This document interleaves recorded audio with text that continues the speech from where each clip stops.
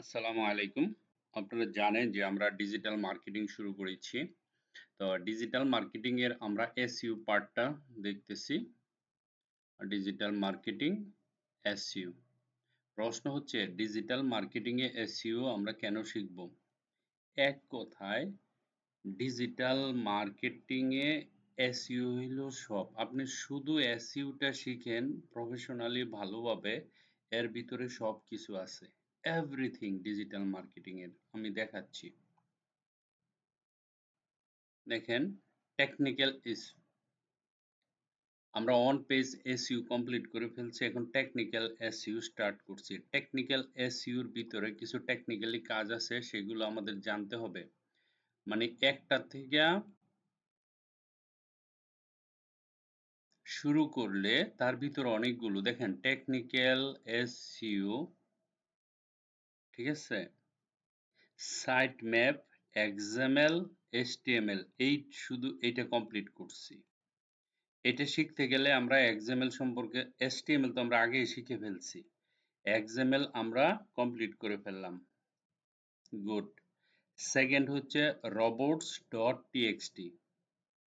robot.txt শিখতে গেলে তার সাথে আমাদের অনেক কিছু জানতে হবে, ঠিক আছে। ডিজিটাল মার্কেটিং এ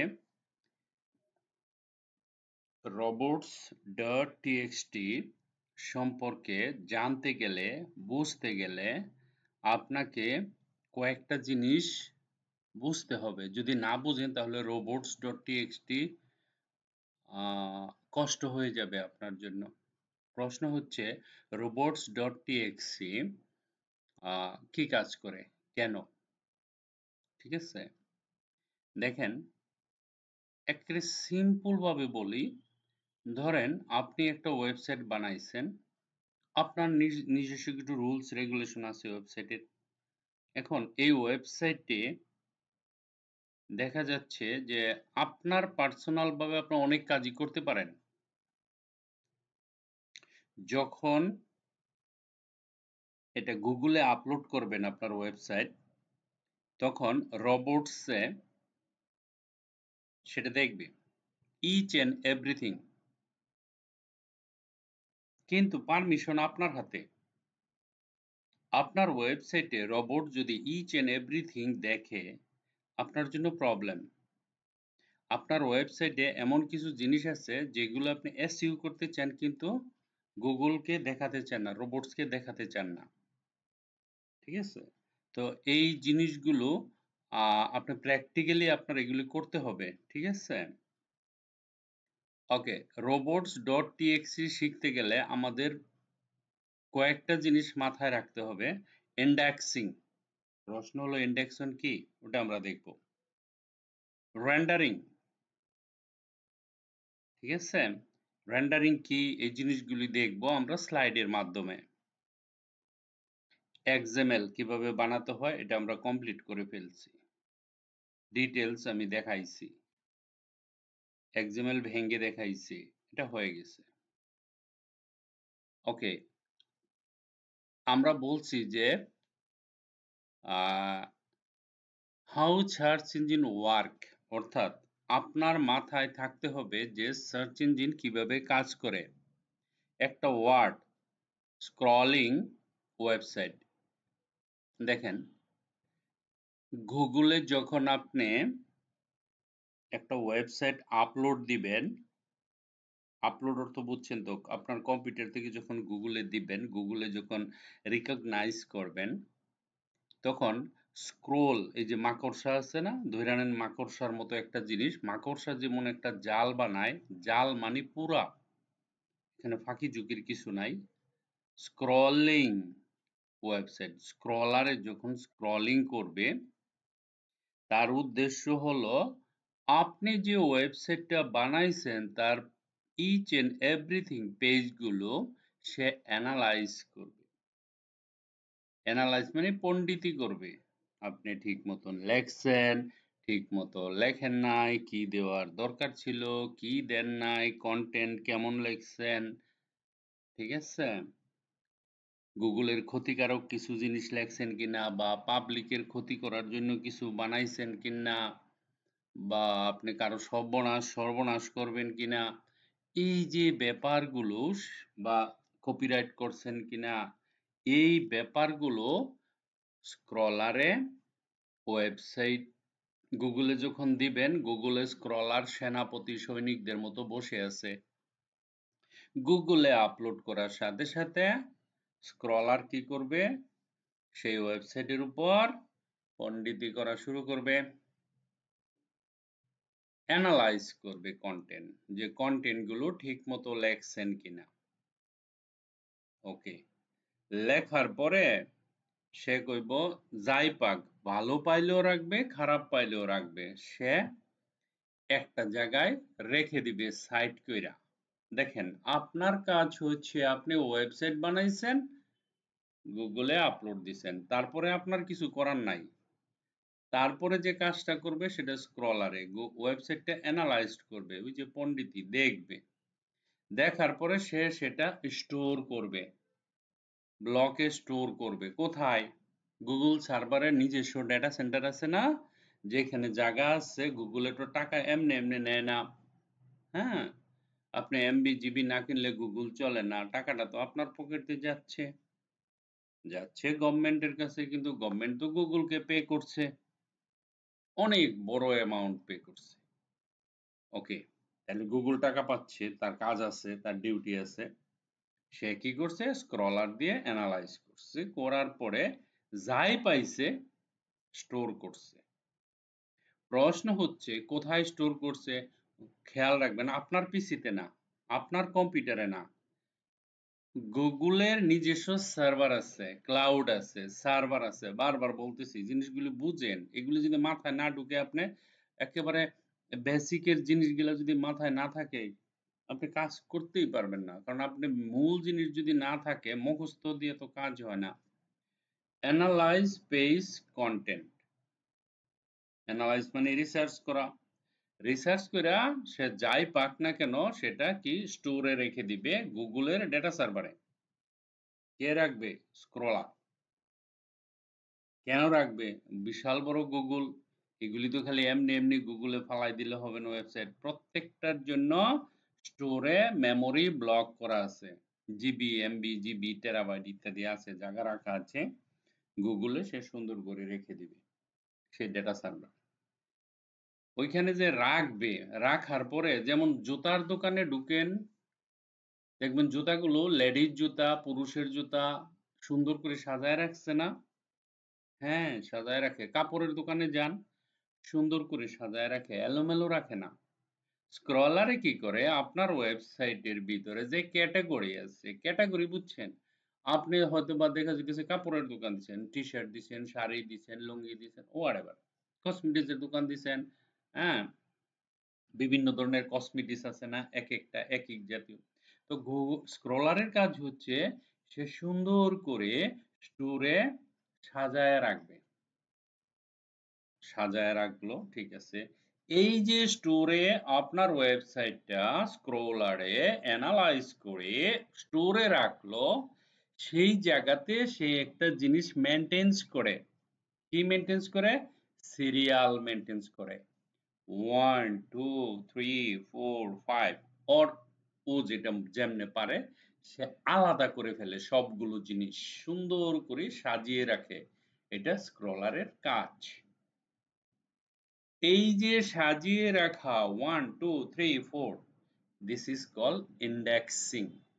ইন্ডেক্সিং, ইন্ডেক্স অর্থ হচ্ছে 1, বিসমিল্লাহ, স্টার্ট, ঠিক আছে।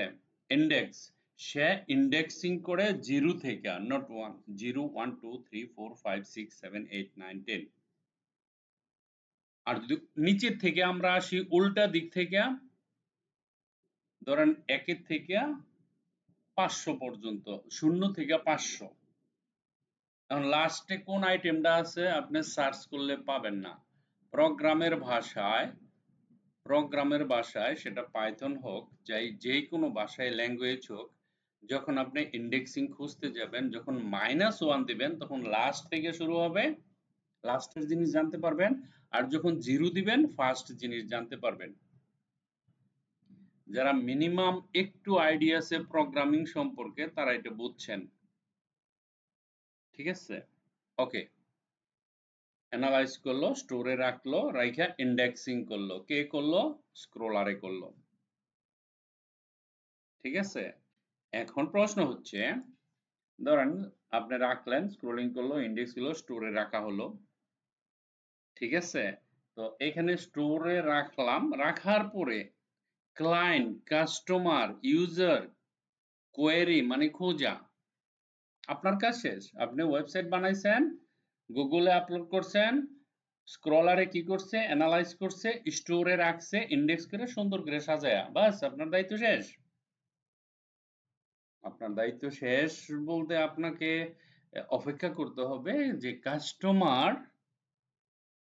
খুঁজতেছে কিনা, দেখতেছে কিনা, মনিটরিং করতে হবে। That is called digital marketing, right? Okay, when customer search word he requires, তার যা দরকার সে যখন কিওয়ার্ড দিয়ে সার্চ করবে, তখন ওই যে ইন্ডেক্সিং করছে স্টোরে, গুগলের স্টোরে আপনার ওয়েবসাইটটা রেখে দিছে স্ক্রলারে, ঠিক আছে, সে ওইখান থেকে নিয়ে আসবে। এখন প্রশ্ন হচ্ছে, ইউজার যখন স্টোরে খুঁজবে, আপনি যদি ওয়েবসাইটটা সুন্দর করে ক্রাইটেরিয়া সব মেনটেন, সব নিয়ম কানুন পালন করেন, তখন স্টোরে যে রাখবে ইন্ডেক্সিং কইরা, স্ক্রলার খুশি হইয়া, যে কারণ আপনি অনেক কাজ করছেন, আপনার ওয়েবসাইটের নিয়ম শৃঙ্খলা মেনটেন করছেন, তখন স্ক্রলারে মনে করবো বাহ, ভেরি গুড, ওয়েবসাইটে তো সুন্দর, স্ক্রল করে রাখি দিবে।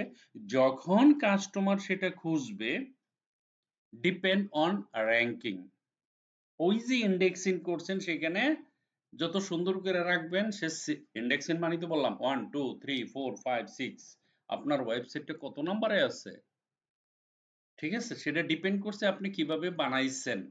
বানানোর পরে সে স্টোরে সুন্দর করে রেখে দিছে। আর যখন ইউজারের জিনিস কিনবো, তখন সেটা যদি র্যাঙ্কিং হয়, তাহলে যেই ওয়েবসাইটটা সুন্দর করে সাজানো আছে সেটাই আগে দেখাবে। ইউজার কি করবে? র্যাঙ্কিং করবে। আর আপনি নিশ্চয়ই অ্যালগরিদম, একটা ভিডিও দিছি, আপনি অ্যালগরিদম সম্পর্কে আমি ডিটেলস বলছি একেবারে সিম্পল অনেক উদাহরণ দিয়ে। সেই অ্যালগরিদম যদি ঠিকমতো ফলো করে থাকেন, ঠিকমতো সাজিয়ে থাকেন, 100% র্যাঙ্কিং হবেই। বাস র্যাঙ্কিং হয়ে গেল, কাস্টমারে তার রেজাল্ট পেয়ে গেল, ভেরি গুড। এই তো, this is called search engine. আমি পুরো প্রক্রিয়াটা দেখালাম সার্চ ইঞ্জিন কিভাবে কাজ করে। ওকে, দেখেন হাউ স্ক্রলার, ওকে, স্ক্রলারের কাজটা আরেকটু ডিটেলস বলি। সার্চ ইঞ্জিন কনস্ট্যান্টলি নতুন পেজ সার্চ করে, অর্থাৎ নতুন একটা ওয়েবসাইট গেল বা আপনি পুরানো ওয়েবসাইট নিয়ে সার্চ ইঞ্জিন করে আবার আপলোড করলেন, সেটা নতুন হয়ে যায়। সার্চ ইঞ্জিন কনস্ট্যান্টলি নতুন পেজ সার্চ করে এবং তাদের লিস্ট নোন পেজে যোগ করে। নতুন পেজটা আসার সাথে সাথে তাদের অ্যাকনোলজিস, অর্থাৎ তারা জানে যে গুগলে একটা ওয়েবসাইট আপলোড হয়েছে, সেটাকে আমি নিয়ে আসলাম, শুধু নিয়ে আসলাম না, সেটাকে সুন্দর করে ইন্ডেক্সিং করে রেখে দিলাম কাস্টমারের জন্য। আমি যে কথাগুলো বলতেছি স্ক্রলারে যখন কাজ করে, এগুলি উইদিন মিলি সেকেন্ডের ভিতরে হয়ে যায়। আমি বলতেছি তো লম্বা হইতেছে ভিডিও, বুঝাচ্ছি আপনাদের, তাই না? জিনিসগুলি যদি আপনি মন থেকে আর হৃদয় থেকে সত্যি সত্যি যদি না বুঝেন, ঠিক আছে, তাহলে আপনার সারা জীবন ফ্রিল্যান্সিং কঠিন মনে হবে। মনে হবে কোনো ব্যাপার না, পারবো, কিন্তু কিছুই করতে পারতেছেন না। ঠিক আছে, ডিপলি আপনাকে ক্রিয়েটিভিটি করতে হবে, আপনাকে বুঝতে হবে। ওকে, 2 নাম্বার, নোন পেজে যখন সে নতুন লিংক পায়, অর্থাৎ আপনি আপলোড দিলেন, আপনি একটা, সেটা হতে পারে প্রোগ্রাম দিয়ে বানানো, হতে পারে ওয়ার্ডপ্রেস দিয়ে বানানো, এনিথিং হোয়াটএভার, যেভাবে বানান, সেই স্ক্রলারে কি করে সেটাকে নিয়ে নেয়। তখন ওই লিঙ্ক, দেখেন একটা ওয়েবসাইট, পুরো ওয়েবসাইটের কথা বলছি না আমি, লিঙ্কটা পুরো ওয়েবসাইটটাই যে ওয়েবসাইটের না, একটা লিঙ্ক আছে, লিঙ্ক হইলো সর্দার মেন। আপনার সেই লিঙ্কটাকেই দিয়ে হ্যাঙ্গারের মাঝে শার্ট রাখা হয় না, কাপড় রাখা হয় না, লিঙ্কটা হলো হ্যাঙ্গার, ওইখানে ঝুলিয়ে রাখবেন। সেই যে লিঙ্কটা আছে না, সেই লিঙ্কটাই তো মেন ডিসকভার করে। ধরেন আপনি একটা লিঙ্ক পাঠালেন, এসএসএল সার্টিফিকেট দিলেন না, সিকিউর করলেন না, তখন তো সে এটা বলবে, অনেক পিছিয়ে ফালাই দিবে, ধরবেই না, গুগলে ওটা মানে নিবেই না, প্রবলেম হয়ে যাবে। নোন পেজে যখন সে নতুন লিঙ্ক পায়, তখন ওই লিঙ্কটাকে সে ডিসকভার করে কি আছে লিঙ্কে। আর লিঙ্কগুলি সাজানোর জন্য আমরা কি করি? সাইট ম্যাপ, এর আগের ভিডিওতে বলেছি। ওকে, যখন একজন সাইট ওনার সাইটের সকল পেজের লিঙ্ক, সাইট ম্যাপ দেখছেন একটার সাথে আরেকটা রিলেটেড, ঠিক আছে? আমি কিন্তু রোবট পড়াচ্ছি, রোবট কিন্তু আপনি যদি বুঝতে চান তাহলে এই জিনিসগুলো বুঝতে হবে। যখন একজন সাইট ওনার সাইটের সকল পেজের লিঙ্ক, সাইট ম্যাপ কিভাবে লিঙ্ক দিতে হয় কালকে দেখাইছি আগের ভিডিওতে, সার্চ ইঞ্জিনে স্ক্রল করার জন্য সাবমিট করে, তখন স্ক্রলার ওই লিস্ট ধরে সহজেই স্ক্রল করতে পারে। ওকে, বিভিন্ন ধরনের ব্লগার ব্লগ বানান, ওয়েবসাইট বানান, ঠিক আছে, website. Okay, they might tell Google to scroll any update or new pages that you make, ঠিক আছে? ওকে, সার্ভিং এন্ড র্যাঙ্কিং ব্যাপারটা বুঝতে হবে, সহজ করে দিছি। যখন কেউ সার্চ ইঞ্জিনে কোনো কিছু লিখে সার্চ করে, তখন সার্চ ইঞ্জিন তার ডাটাবেস থেকে, ওই যে ইন্ডেক্সিং, ওই স্টোর থেকে, ডাটাবেসটা মানে ওই যে স্টোরে রাখা, এইখানে ডাটাবেস কনফিউশন করা যাবে না, এটাই ডাটাবেস, ঠিক আছে?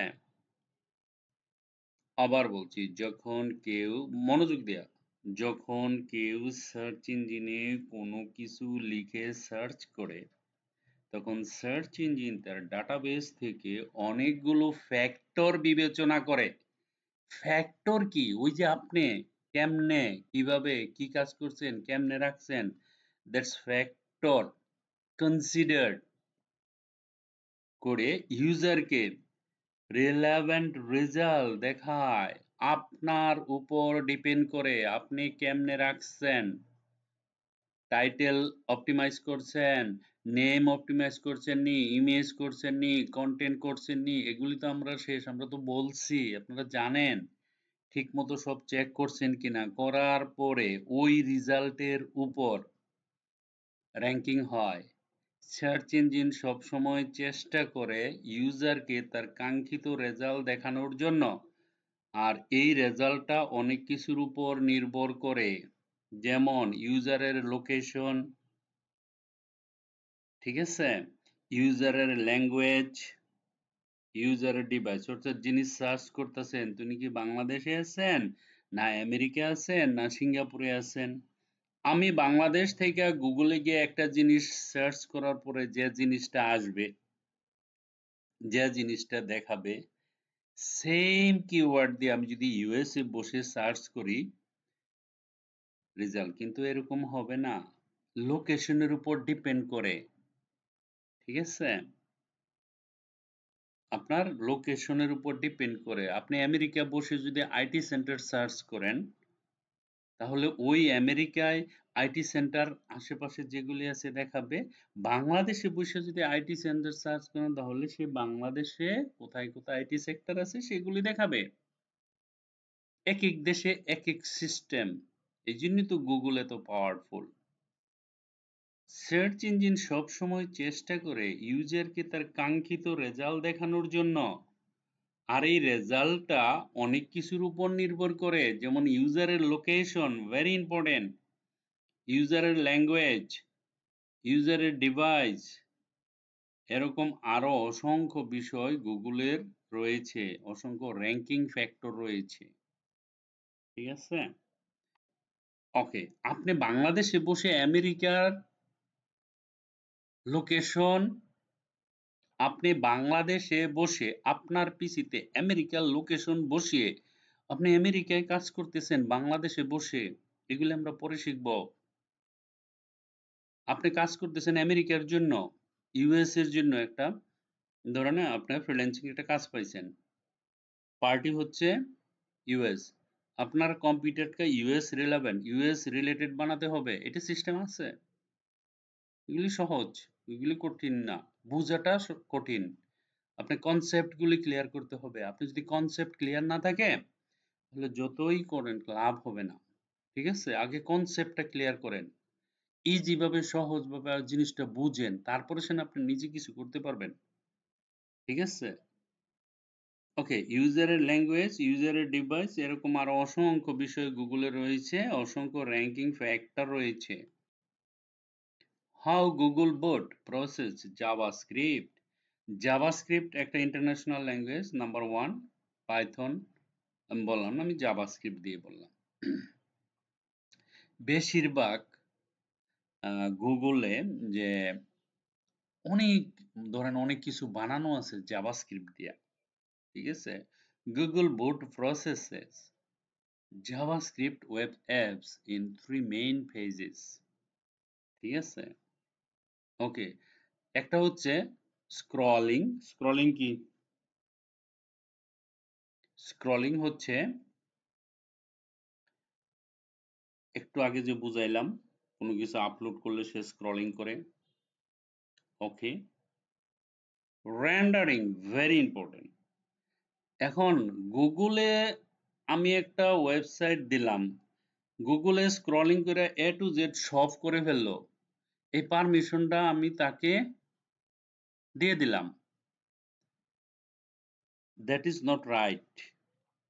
সে সবকিছু করলে আপনার ক্ষতি হবে, বরং র্যাঙ্কিং এর চেয়ে উল্টা হয়ে যাবে। কারণ আপনার অনেক সময় অনেক ওয়েবসাইটে, হ্যাঁ, আপনি পাবলিককে দেখাইতে চান না এমন কিছু লাগবে, ব্যাকগ্রাউন্ডে কোডিং করতে হবে। আবার দেখা যাইতেছে মনের ভুলে অনেক পেজ টেজ অর্ধেক করে রেখে দিছেন, কিন্তু আপনার ওয়েবসাইট ব্যবসা চলতেছে, আপনার বিজনেস চলতেছে, একটা পেজে কাজ চলতেছে, কাজ শেষ হয় নাই, আরেকটা পেজে অর্ধেক করে রেখে দিছেন, পরে আপলোড দিবেন।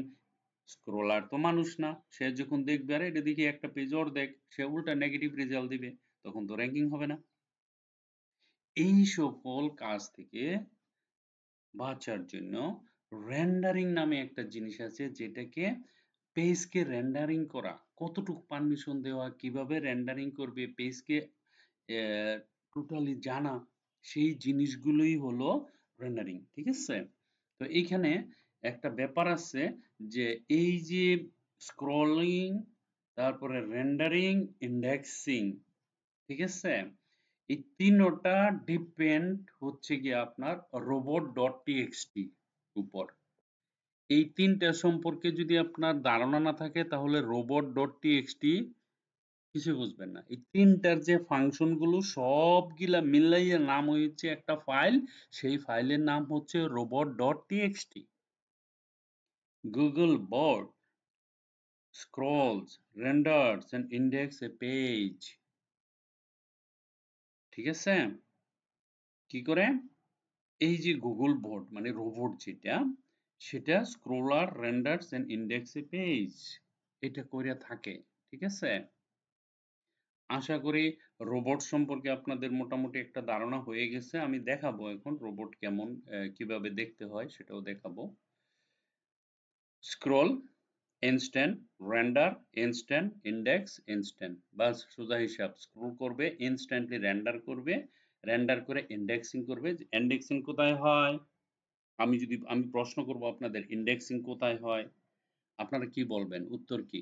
ইন্ডেক্স কি আমাকে বুঝাই দিতে হবে, রেন্ডার কি বুঝাই দিতে হবে, স্ক্রলার কি? সহজ না, প্র্যাকটিক্যালি আমাকে বলতে হবে। স্ক্রল কি?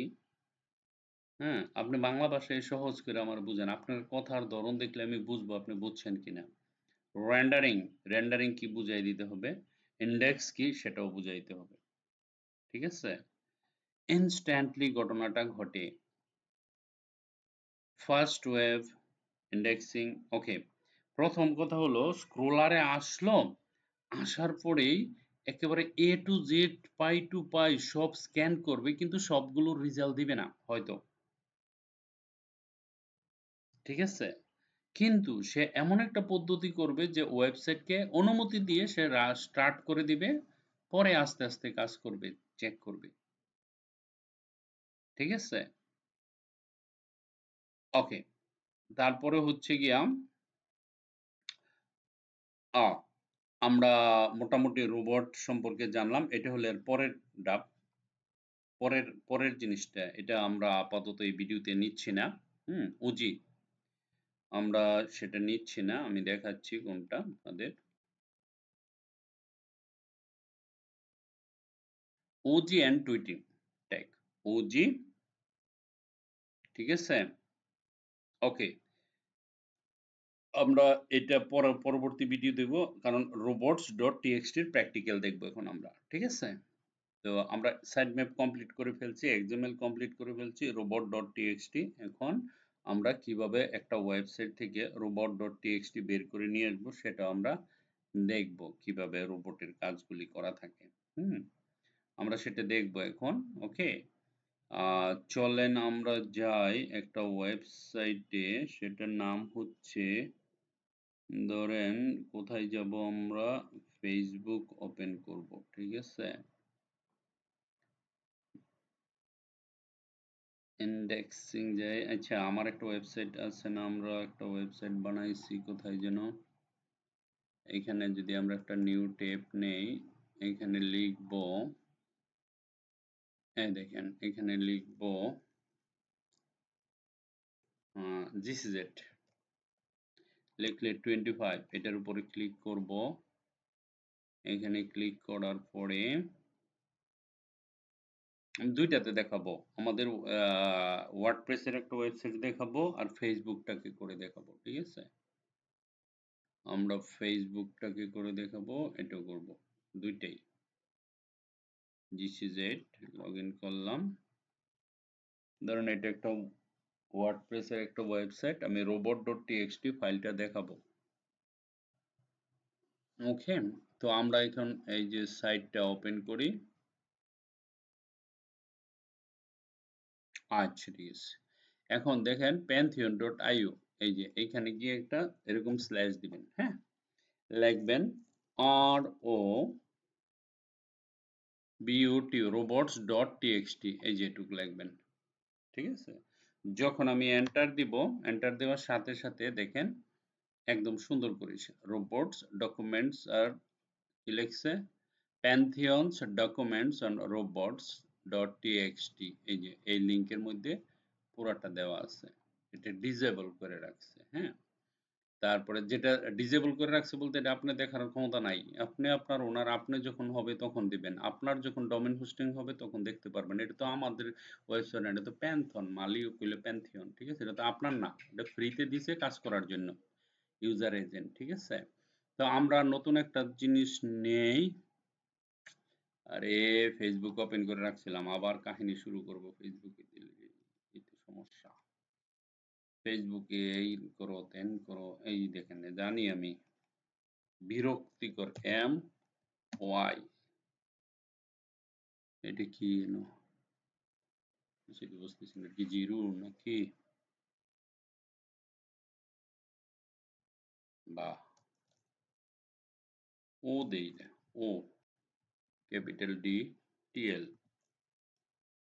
টি ক্যাপিটাল আল, হইছে না, হয় নাই, হয়ে গেছে, গুড। ওকে, ফেসবুক ওপেন করলাম। ওকে, আমরা এখন এইখানে লিখব, এই যে এই জায়গায় আমরা ফেসবুকের রোবট দেখব। ঠিক আছে, মাত্র সেকেন্ডের ভিতরে শেষ করে দেব, আপনারা এটা দেখবেন না। এখানে অনেক ব্যাপার আছে। হ্যাঁ, অনেকে ফেসবুকে হ্যাকিং ট্যাকিং অনেক কিছু করে, এগুলি আপনারা করবেন না প্লিজ। ROBOTS robots.txt, আমি এখানে লেখা যখন এন্টার করব, দেখেন এখানে আমি তেমন কিছু বুঝাবো না, আমি জাস্ট খালি, আপনারা আবার পণ্ডিতি শুরু করে দিবেন তো এই জন্য এগুলি সমস্যা হবে। হ্যাঁ, আপনারা কিছুই করবে না, বোঝানোর জন্য বলছি। এখানে যে রোবটস দেখেন কত, মানে এটা এই যে ফেসবুক যেটা, এটা অলরেডি র্যাঙ্কিং করা আছে। ফেসবুক লিখলে সবার আগে চলে আসে বাস্তব। এই যে জিনিসগুলো অটোমেটিকলি দেখেন কত সুন্দর করে স্ক্রলিং করে কত সুন্দর করে রাখা আছে, দেখছেন? ওকে, এগুলিতে এক একটা জিনিস, সবগুলোতে ফেসবুকের এক একটা লেটেস্ট পোস্ট, এই যে পোস্ট টোস্ট টোস্ট যা আছে এভরিথিং এখানে আছে সব। ঠিক আছে? আর এইটা ডিজেবল করা, ডিজেবল এই দেখেন এলো মানে কোনটা আপনি করতে পারবেন। ঠিক আছে? এগুলো কোডিং এর ব্যাপার। অ্যাজাক্স হচ্ছে রিঅ্যাক্টে সরি জাভাস্ক্রিপ্টের একটা ফ্রেমওয়ার্ক। ঠিক আছে? এত কিছু জানবেন, এগুলো সবই বুঝতে পারবেন এগুলি কি আস্তে আস্তে। আমি জাস্ট খালি নমুনাটা দেখাইলাম। Noticed collection of data on Facebook through automated means is prohibited মানে কি prohibited নিষেধ unless you have express written permission from Facebook যদি আপনি ফেসবুকের পারমিশন থাকে তখন এখানে এসে পণ্ডিতি করবেন নাইলে করবেন না please and may only be conducted for the limited purpose content inside permission লাগবে ফেসবুকে চাকরি করলে আপনাকে এগুলির পারমিশন দিবে নাইলে দিবে না ঠিক আছে হ্যাঁ এই ইউজারের সমস্যা করা ইউজারের অনেক কিছু করা তো আমরা মোটামুটি রোবটস ডট বুট সম্পর্কে মোটামুটি একটা ধারণা হয়ে গেছে ঠিক আছে এই যে এই ফাইলটাই হলো রোবট ডট টিএক্সটি ফাইল ওকে ভিডিও অনেক লম্বা হয়ে গেছে একটু কষ্ট করে যদি দেখেন আপনাদের একটা ধারণা হয়ে যাবে তারপরও ক্লাসে বলবেন কারো কোনো সমস্যা হলে আমি ওইখানে বুঝিয়ে দিব ঠিক আছে সুতরাং আমি ক্লাসের ভিডিওটা এখন আমি গ্রুপে দিয়ে দিচ্ছি আপনারা এটা নিয়ে শুরু করেন দেখা অনেক লম্বা ভিডিও হয়ে গেছে thank you very much for watching this video bye by